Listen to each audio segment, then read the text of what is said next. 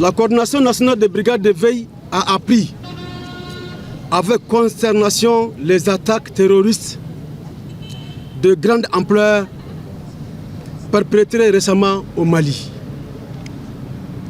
qui ont coûté la vie au ministre de la Défense ainsi qu'aux nombreux citoyens.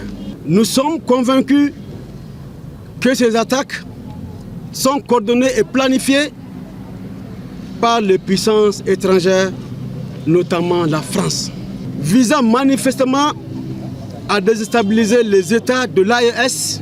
Elles s'inscrivent dans un contexte de tension marqué par la volonté de nos trois pays de reprendre leur destin en main, d'affirmer leur souveraineté et de refuser toute ingérence extérieure.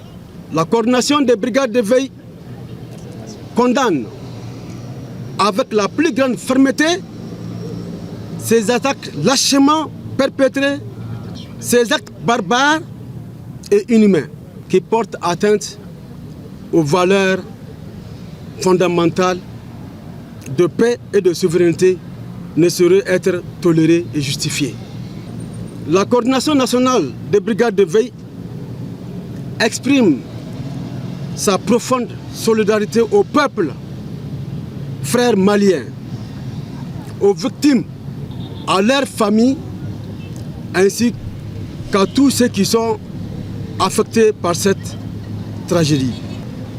Face à ces menaces qui ne connaissent ni frontières ni limites, la coordination nationale des brigades de veille informe l'opinion publique que la vigilance doit être renforcée dans tous les États de l'AES, au Niger, au Burkina Faso, ainsi qu'au Mali.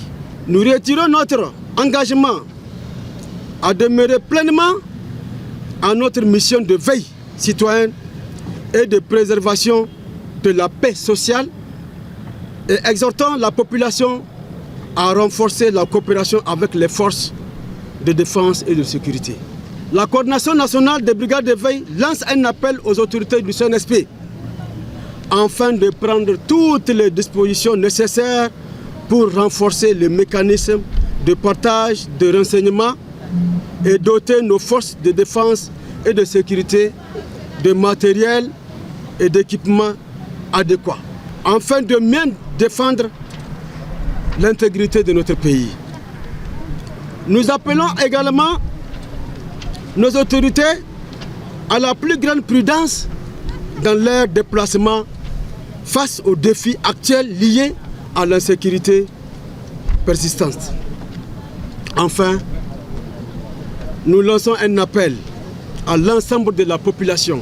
La sécurité de notre pays repose sur la mobilisation de tous.